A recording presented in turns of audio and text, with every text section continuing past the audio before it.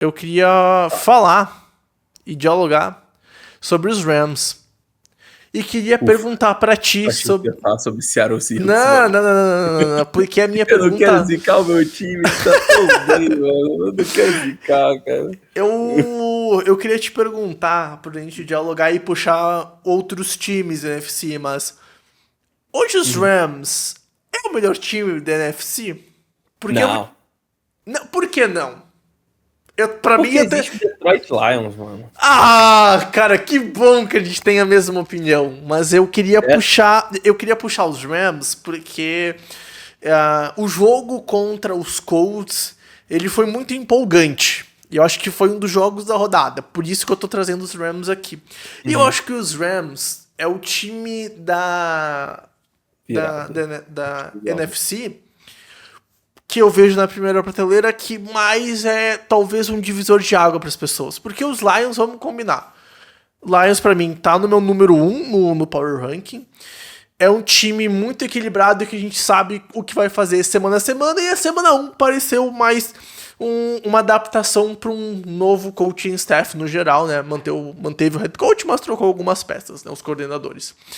Os Eagles, a gente vê muita oscilação, mas nos últimos 2 jogos teve um tempo em cada jogo que lembrou os Eagles campeão do Super Bowl e o outro Eagles que, cara, tá tentando se encontrar na temporada, mas é uns Eagles que a gente sabe que tende a evoluir e sabe o que pode produzir. E aí eu trago a questão dos Rams. Porque os Rams é um time que tá dando quase um mini all-in, o Matt Stafford tá no final da carreira, é o time que se põe pra tentar bater de frente com Eagles e Lions. Só que é um time que parece que semana a semana ainda tá muito 880. E aí eu tenho a impressão que esse time pode chegar hoje na pós-temporada e levar a NFC, ou pode cair no Divisional Round, no primeiro jogo, no wildcard, quem sabe, dependendo se pega bye ou não, né? Mas é um time muito interessante e vou te falar, tá, cara? Tá cometendo erros, mas é um time que vence muito por playmakers. E o jogo que fez domingo e o jeito que venceu, cara, é vitória pra abrir o olho e se atentar. Porque eu acho que esses Rams, eles vão causar mais barulho do que talvez a gente possa ter imaginado. Pelo menos essa impressão que eu tenho após um mês de NFL. Eu gosto muito desses Rams, tá? Tô muito empolgado com esse time. A minha situação com os Rams, ela é, assim, o quanto mais eles conseguem ficar forçando o turnover direto todo jogo. Porque qual que é a questão aqui? Os Rams, eles tiveram um turnover todo jogo. Exatamente um turnover em cada um dos jogos. Só que eles geraram pelo menos um turnover na defesa em cada um dos jogos também. Na primeira semana geraram 2, na segunda, na última semana, né, na semana 4, eles forçaram, não forçaram, né? Forçaram 2 e teve aquele do Adonai Mitchell lá, né? Sim, é. Então, assim, forçaram 3, né? O quanto mais essa sorte de turnovers vai ajudar os Rams? Assim, eu digo sorte, mas o turnover tem seu fator sorte muito grande ali, né? Interceptação, fumble, enfim, todos esses lances, eles têm um fator sorte relativamente grande. Então, isso vai se manter para os próximos jogos. Eles jogam quinta-feira contra os 49ers, que é o time que está tendo bastante turnover nessa temporada. Talvez eles consigam manter isso por mais um dia, e depois é Baltimore Ravens, né? A gente acabou de conversar sobre os erros individuais. Né? Então, talvez dê para continuar com isso por mais um bom tempo aí. Cara, Antes eu da acho bye que... week deles. Eu vou ser sincero, tá? A ver como é que vai até bye week. Não tô falando que todo jogo vai ter turnover. Mas é uma defesa que o que a gente falou no preview era muito real. Que era um front seven absurdo. Que pressionava muito o QB adversário. Isso gerava pouco tempo para lançar a bola. E favorecia uma secundária que não é tão boa assim. E por isso também consegue roubar a bola.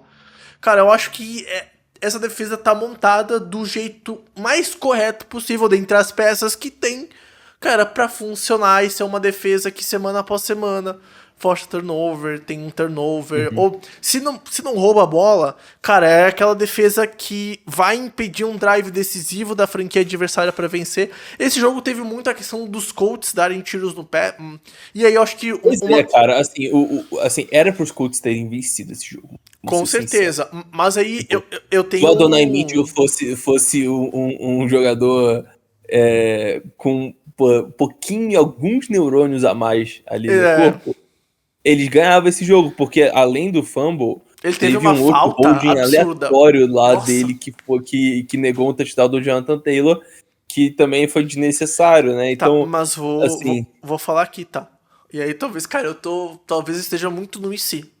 Mas e se tivesse perdido esse jogo, eu talvez ainda teria essa mesma pergunta pra trazer pro podcast. Porque, cara, eu respeito muito os Colts. E pra mim, irmão, é um mês do Daniel Jones jogando bem.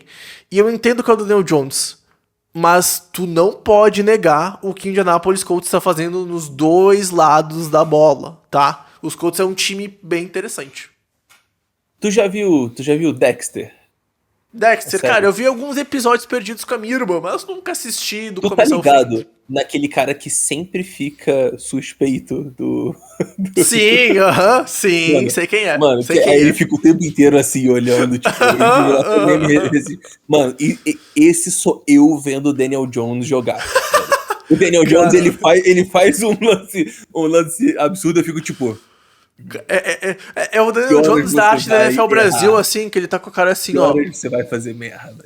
Cara, fica exatamente assim, cara. Porra, cara, quem é você e o que você fez com o Daniel Jones? Eu acho que essa é uma pergunta que todo mundo faz pro camisa 17 dos Colts, mas... Cara, pra mim, os Colts é um time que eu não acho que é de mentira, tá? Talvez não seja só tão bom assim, mas não é mentiroso. Não é mentiroso, é um time que tá jogando de verdade. Em 2 dos 4 jogos ali, um QB médio, tipo um QB jogando de forma mediana, ganharia tranquilamente o jogo, né? Nos outros 2, o Daniel Jones teve um dedo muito forte, sim. Desculpa, da outra vitória, né? E aí nessa derrota em que ele jogou bem e mereceu vencer, né? Ele jogou muito bem, foi realmente um diferencial, mas nos outros 2, tipo, os Colts estavam simplesmente macetando em todos os níveis possíveis e imagináveis, né? Então, enfim. Mas sobre os Rams, cara, eu tendo a concordar contigo. Eu acho, como eu falei, né, desde o começo aí desses reviews de rodada que a gente tem feito, que os Rams têm sido o melhor time da NFC West. Tem jogado melhor, tem sido mais impactantes dos dois lados da bola. Seattle tá bem, mas assim, os Rams são sim os favoritos para levar a NFC West. E, cara, o Matthew Stafford nos playoffs, cara, eu de 5 anos atrás nunca diria isso, mas assim, o Stafford nos playoffs, eu confio muito nele, cara. Eu confio muito nele e eu sei que ele vai pegar e ele vai entregar. E aí, entregar no caso de jogar bem, né?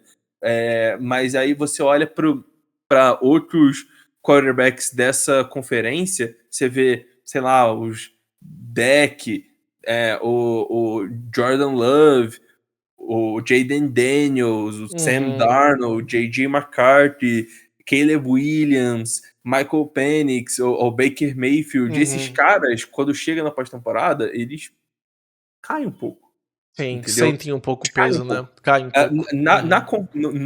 Na NFC, eu vejo o Jalen Hurts subindo um nível quando chega na pós-temporada. Concordo. E eu vejo o Matthew Stafford mantendo e subindo um pouco até o nível. Concordo. São os únicos dois ainda que... O Goff deve ficar mais ou menos no nívelzinho dele, o Purdy também, mais ou menos no nível dele, mas é isso, tipo, esses dois caras, eles dão um nível a mais para o time dele, e aí isso é muito relevante na hora dos playoffs. Então, eu acho que os Rams vão sim para pós-temporada, caso não dê nenhum problema de lesão. E chegando lá, assim, com o pass rush forte pra caramba e o Stafford de QB, eles, assim, any given Sunday, cara, eles conseguem ganhar de todo mundo. Cara, quase bateram os Eagles no playoffs passado, por pouco que não foi, cara. Tipo, quase bateram os Eagles na temporada regular agora, por pouco que não foi também. Exatamente. A derrota aí mesmo. a derrota deles foi, assim, muito nos erros de special teams, né? 2 field goals bloqueados e um retornado para TD, né? Aí e aí, pega se muito. a gente tá falando de si pros Colts, falando de si pros Ravens, aqui tem um si muito grande também. Os Eagles Com certeza. estar com uma derrota e os Ravens e os Rams estarem invictos se o Jordan Davis não bloqueia 2 field goals no mesmo jogo. Exatamente, exatamente. E aí, a gente falou dos Lions, né? Os Lions são o melhor time da NFC? E o sim nosso, mas por quê? Cara. E aí eu ponho o porquê levando em conta a semana 1, tá? Tentar desmitificar o mau jogo da semana 1. Porque eu vou ser sincero, tá? Pra mim, a derrota na semana 1 não significa muita coisa pra esse time dos Lions olhando hoje. E eu faço o olhar ao contrário. Ajudou muito esse time a evoluir na semana 2, 3 e na semana 4. Uhum. Esse time é bom. Assim, tem essa questão dos Lions também, né, que essa derrota contra os Packers foi realmente meio estranha, mas a gente tá falando de um time que trocou, como todo mundo fala sempre, pontuou sempre, trocou os 2 coordenadores. E os 2 coordenadores novos, os 2 play callers novos, estavam estreando como play callers profissionalmente naquela semana. E assim, o que aconteceu foi, eles tiveram um jogo bem ruim, perderam por 2 posses, não tiveram dentro do jogo em momento nenhum. A galera acendeu a luz vermelha e eu entendo acender, né? É um time totalmente mudado que perdeu por 2 posses para um Green Bay Packers que, em tese, era para eles ganharem ou pelo menos fazer um jogo muito bom, né? E todo mundo ficou apavorado. Só que aí acertaram as coisas. E aí eu queria falar de um cara que quase ninguém comenta e que eu acho que é um dos heróis de Detroit que não são falados bem o suficiente, que é o Hank Fraley, cara, o técnico de OL do time. Assim, você perde o Frank Ragnow, você perde o Kevin Zeitler, os 2 veteranos da sua OL. Agora, o cara mais veterano que tem na linha ofensiva deles é o Taylor Decker, que não é tão velho assim.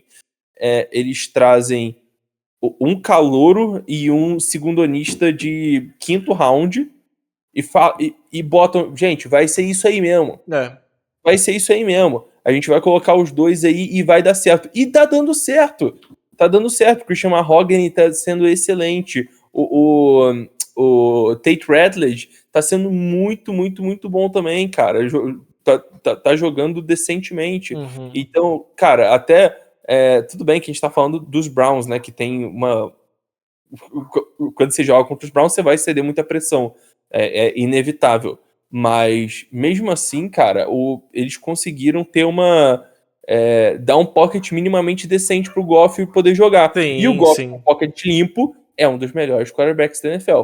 Cara, e aí eu acho que tem outro ponto, né? Vamos olhar para alguns números e tentar traduzir. Cara, semana 1 dos Lions correu para 46 jardas. E sofreu um turnover, né? Semana 2, correu para 177. Semana 3, correu para 224. Semana 4, correu para 109. No momento que começou a vencer jogos, começou a correr para mais de 100 jardas, que era uma característica desse time do Ben Johnson, como todo mundo falava, e que a gente hoje percebe que não era só o dedo do Ben Johnson, né? O Japa que queimou a língua bonito, tá? Abraço, Japa. Assim, é isso. Existe uma cultura ali, exato, né? E assim, exato. Essa questão, essa estatística de jardas terrestres, ela pode ser, em alguns casos, ela pode ser um pouco... a gente pode interpretar de uma forma errônea, né? Porque, assim, um time que tá muito na frente vai correr mais com a bola e vai ter mais jardas terrestres. Mas não é o caso aqui. Não é o caso aqui. A gente tá falando de um time que realmente acertou o jogo terrestre e correu muito bem. Aí, assim, até contra os Browns, de novo, melhor DL da liga. Muito forte essa DL. Mason Graham, Myles Garrett, uma cacetada de gente. Muito difícil de você correr e de você passar a bola também por conta dessa DL. Eles foram lá e tiveram uma excelente performance.